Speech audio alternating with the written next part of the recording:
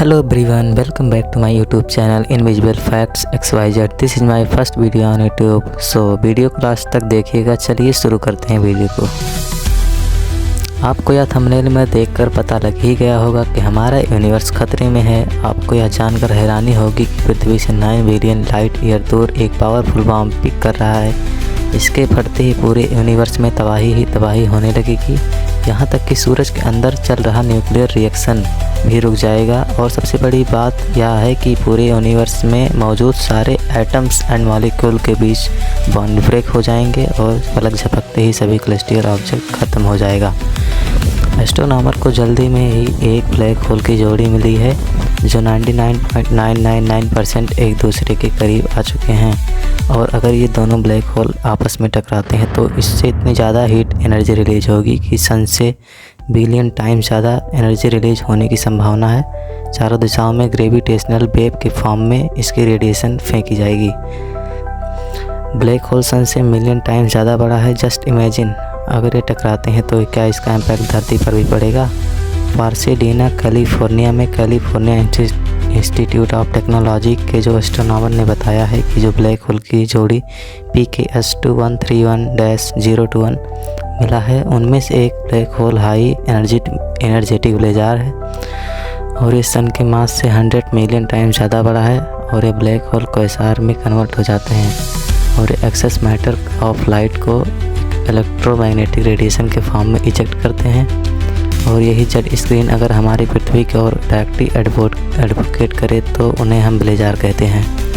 और ऐसे ही दो ब्लैक होल टकराने की कगार पर हैं। यह पहली बार नहीं हो रहा, ऐसे ही एक इवेंट पहले भी 3 बिलियन लाइट ईयर दूर 07-87 गैलेक्सी में हो चुका है, जहाँ पर एक साइज का क्वेसार और कई गुना छोटा SMBH ब्लैक होल जो कि जस्ट आपस 150 MN सोलर सिस्टम कितना दिखाई पड़ता है। एस्ट्रोनॉमर इसे कई दशकों से स्टडी करते आ रहे हैं। इस पर छोटा ब्लैक होल बड़े के अराउंड चक्कर लगाता है। लगभग यह समय 12 वर्ष का होता है। इसी के बीच ये 2 बार बड़े ब्लैक होल में टकराता है और 2 हॉट बबल्स गैस फ्लैश देखने को मिलता है। और इसी दौरान यह निकली हुई फ्लैश हमारी कंबाइंड फ्लैश मिल्की वे गैलेक्सी में मिलियन टाइम्स ज़्यादा होती है। और इसी फ्लैश के द्वारा एस्ट्रोनॉमर रिसर्च करते हैं, प्रेडिक्ट करते हैं। सन 2018 में इंडियन एस्ट्रोनॉमर लंकेश्वर दे ने प्रेडिक्ट किया था कि जो वक्त Tata institute of fundamental research में काम कर रहे हैं। इस 12 साल के अंतर्गत 2 बार कभी भी फ्लैश देखने को मिलता है, जिसके कारण इसका ऑर्बिट का कोई पैटर्न नहीं मिल पाया है। यूनिवर्स रहस्यों से भरा पड़ा हुआ, जिसके रहस्यों को सुलझाना नामुमकिन है।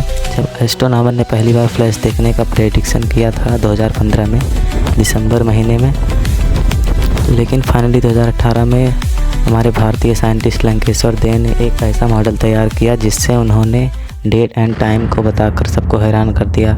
वह डेट था 31 जुलाई 2019। फाइनली जब दूसरी बार फ्लैश आने वाला था तब सूर्य के धरती सामने आ गया, जिसमें स्टडी करना मुश्किल हो गया था। जो कि धरती बहुत छोटी है सूर्य के सामने, इसलिए वह इस फ्लैश को डिटेक्ट नहीं कर सकता था।